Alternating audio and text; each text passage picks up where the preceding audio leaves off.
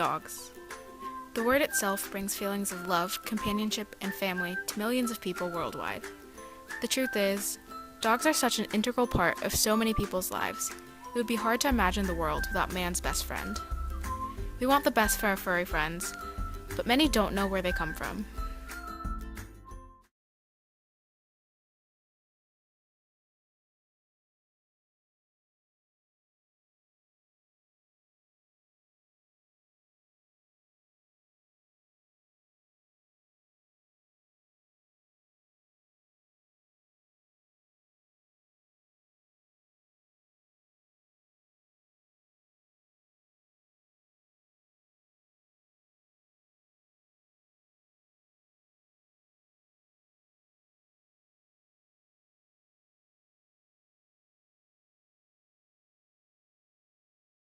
Finding a new member of the family is a memorable experience and an important one for most because it is the start of a brand new friendship. Almost every owner only wants the best for their pup, but most don't know about the ordeal puppies and their parents must undergo before they're happily ever after. And most owners don't know that many dogs don't get their happy ending.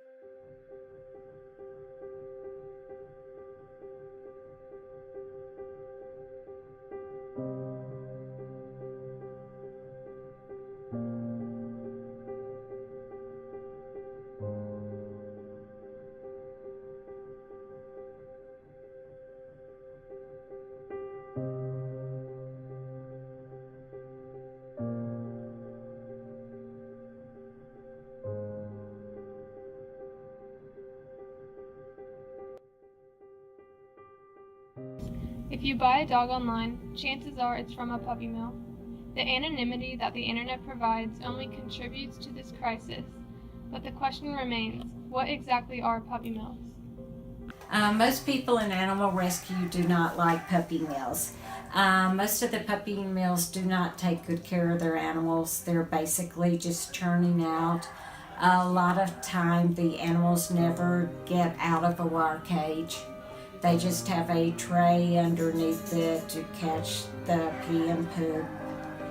And they don't look for breeding qualities. They're basically just churning them out to sell.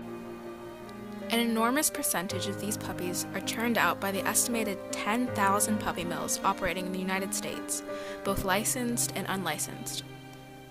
Puppy mills are commercial puppy breeding facilities that treat dogs as solely a commodity rather than living creatures, cramming them into horrifically substandard conditions, including overcrowding, filthy stacked cages, inadequate feeding, and neglected health.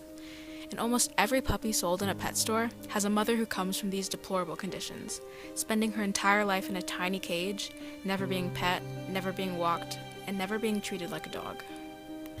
Usually they are unsanitary conditions because they want to produce as much as they can, and so they don't care about the cleanliness or whatever. They just want to produce. So it's overcrowding, unsanitary conditions, and of course lack of just regular care as in grooming.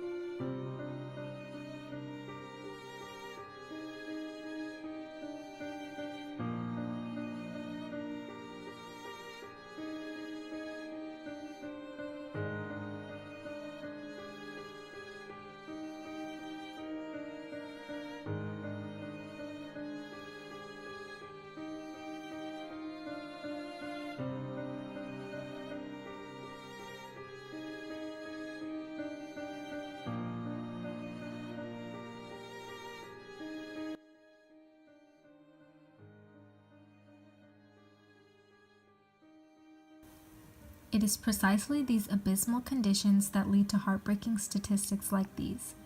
42% of the health problems are defects within the developing fetus because of filthy breeding conditions and inbreeding. Many puppies contract illnesses at their defenseless state, and many don't even survive long enough to find a loving home.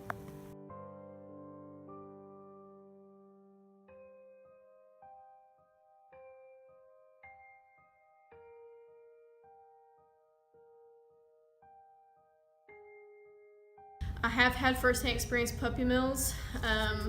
I helped the HSNT with a puppy mill raid. They had a search warrant, and we confiscated probably over 300 dogs there. That's including dead and alive. I actually think it may have been more than that, but they were out in the country, and they would put all the nice looking dogs up front for all the people who come by and wanted to buy would see all the nice looking dogs. The thing is, some of those nice looking dogs, like the mothers, weren't even that puppy's mom. So they just threw these puppies in this mom saying, see, she's like this, she's beautiful, blah, blah, blah, when really it's not true. And in the back, behind the fence where you couldn't see, is this field of animals and overgrown weeds. We call it Jurassic Park because there's this beagle row full of beagles, and the only way we could catch them is you see the weeds move, because it's as tall as me, I'm 5'4".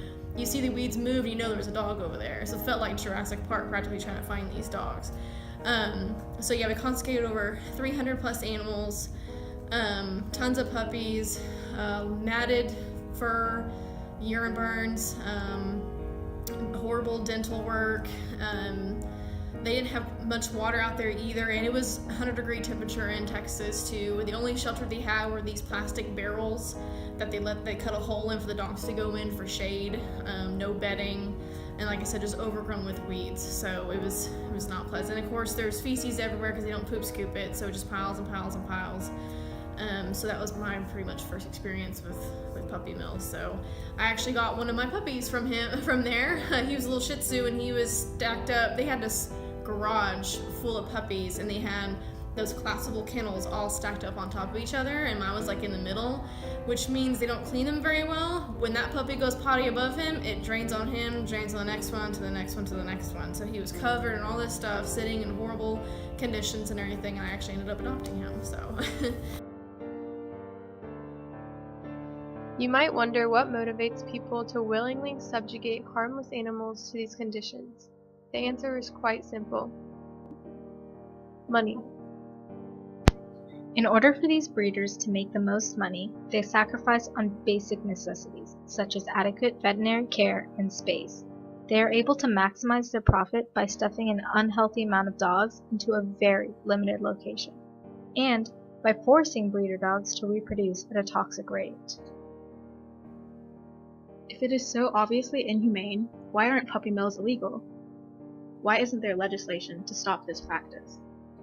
I got involved with animal services because I love animals, and I love law. I have a criminal justice degree with bachelor of science, and so I combined animals and law, and that's why I got into this business. It's those regulations on animal care.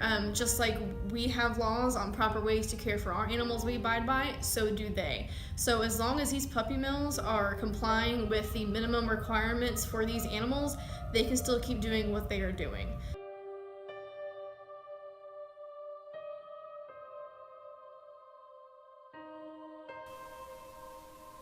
The laws that govern the care of these animals is set forth by the AWA, the Animal Welfare Act.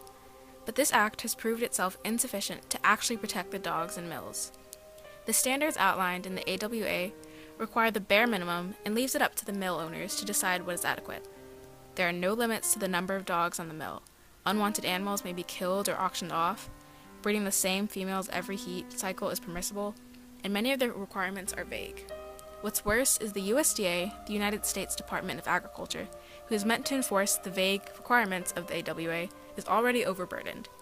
The estimated 110 inspectors on staff are in charge of not just puppy mills, but animal exhibitors like circuses, zoos, and wildlife parks, research facilities like hospitals and universities, and animal transporters like airlines and trucking companies. So their inspections are infrequent.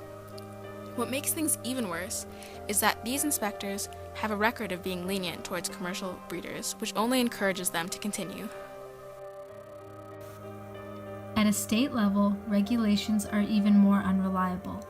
They vary from state to state as shown by the different colors across the map of the United States. The lightest colors have the least regulations and the darkest ones have the strictest legislation. Naturally, most puppy mills are concentrated in the areas with the least regulations dictating breeding activity, and Arkansas is the worst of all these states because it has the highest amount of puppy mills. I think that maybe laws need to try to incorporate like a status quo, I guess would be the right word, like how many they're producing a year and minimize it. to where they only can produce this amount of puppies or whatever a year to kind of keep it at a steady rate instead of just supply. So that will hopefully help in the long run. It is perfectly understandable that many people want a specific breed of dog, but buying from a puppy mill to get that breed shouldn't be an option. So what can we do instead? One of the things I would advise somebody looking for a specific breed is to go in and check on the internet for rescue groups of that type breed.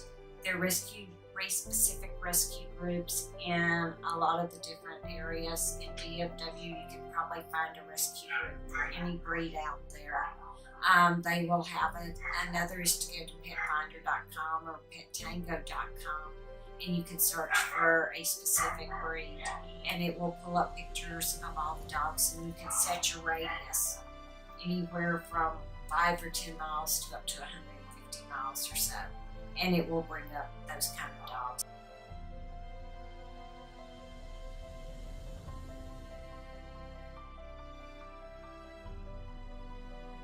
We have purebreds come through here all the time. Sometimes they're hard to find, but they are there. They're out there. We also have tons of rescue groups that take purebred animals that you can also adopt from instead of purchasing. And who knows, you might visit a shelter and fall in love with a dog that you never expected to. So what can we do to stop the practice of puppy mills? Well, you can adopt. Don't purchase from someone on Craigslist or someone on a newspaper ad or from a pet store. Try to go to your local animal shelter and adopt. There are a wide variety of dogs to choose from in shelters. There are so many different sizes, shapes, and colors that there is no reason to resort to a puppy mill dog.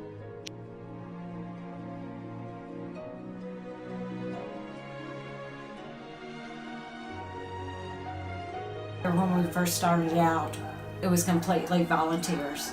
So I have done the morning cleaning, served as an adoption counselor, shift leader.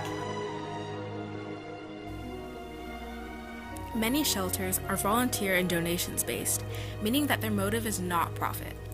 Those that run shelters work to treat dogs with love and respect and to provide dogs with the most comfortable space possible. But this is not always possible because of the sheer number of dogs that require shelter space.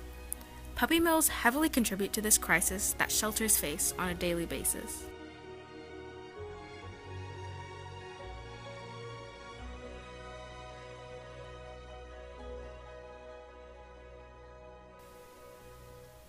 Also, speak out and make your opposition clearly heard because it does make a difference. What do we want? Anything else? When do we want it? Now! What do we want? Anything else? When do we want it? Now! What do we want? Anything else? When do we want it? Now!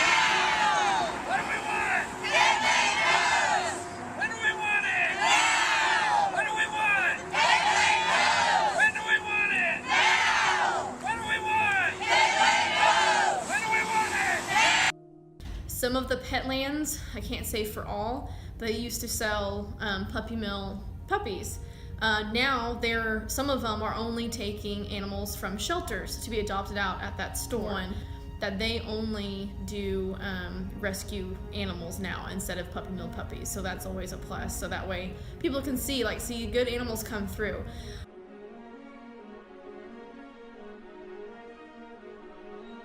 I think there's also a stereotype that people think that shelter animals are not going to be the best pet because they've been abused or whatever. That's not true. A lot of people surrender their animals because they're moving, they have a health problem, they just can't take care of the animal anymore and they feel bad for it.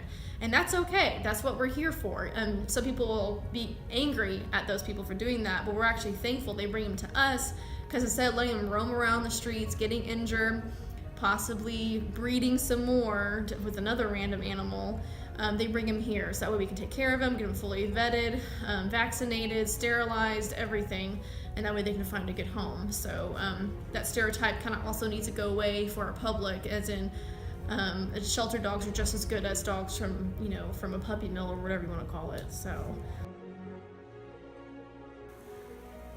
dogs are undoubtedly an important part of the lives of many because of the love and joy they bring to their owners. They are always there to comfort us when we need it most, so we should be there for their times of need. Puppy mills are simply inhumane treatment of the animals that we love and cherish, and no dog should have to undergo those conditions. We can make a difference, and we can end the cycle of cruelty.